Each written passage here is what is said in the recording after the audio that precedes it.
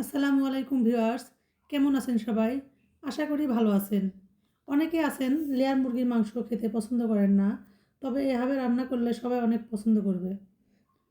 তো প্রথমে আমি মুরগির মাংস এভাবে পরিষ্কার করে ধুয়ে নিয়েছি। তারপর দেবো পেঁয়াজ ও কাঁচামরিচ কুচি, লবণ, হলুদের গুঁড়া, মরিচের গুঁড়া, ধনিয়া গুঁড়া, সাদা কালো এলাচ, দারচিনি, তেজপাতা, আদা বাটা, রসুন বাটা, জিরা বাটা, সয়াবিন তেল দিয়ে ভালোভাবে মশলার সঙ্গে মাংসটা ভালোভাবে মেখে নিব।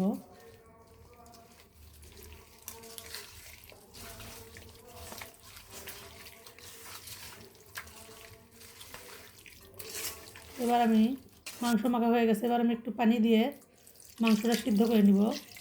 যদিও মাংসটা বেশি সিদ্ধ করতে হয় না, তবে আমার মনে হয় এভাবে সিদ্ধ করে রান্না করলে অনেক মজা লাগে। এবার মাংসটাকে ভালোভাবে কষিয়ে নিব।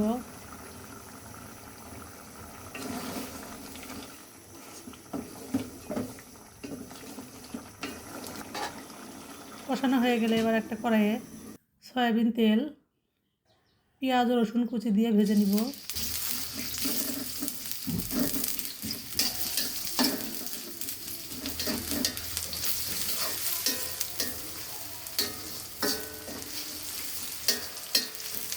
পেঁয়াজ ভাজাটা হয়ে গেলে এখানে আমি দিব আস্ত জিরা,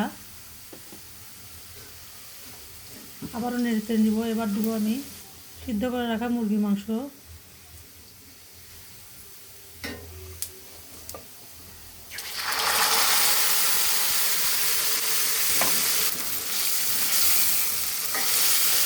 মুরগির মাংস দিয়ে আবার ভালোভাবে নেড়ে চেড়ে নিব।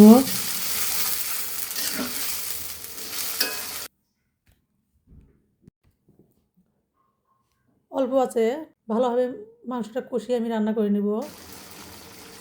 এবার দিয়ে দিব আমি গরম মশলা গুঁড়া। গরম মশলা গুঁড়ো দিয়ে আবারও ভালোভাবে নেড়ে চেড়ে নিব।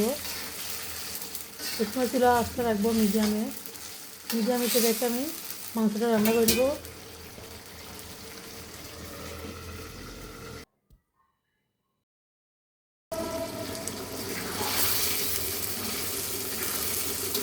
এরকম তেল উপরে উঠে আসলে আমি চুলা থেকে নামিয়ে নেব। তো হয়ে গেল আমার মুরগির মাংস রান্না। এভাবে রান্না করলে সবাই অনেক পছন্দ করবে।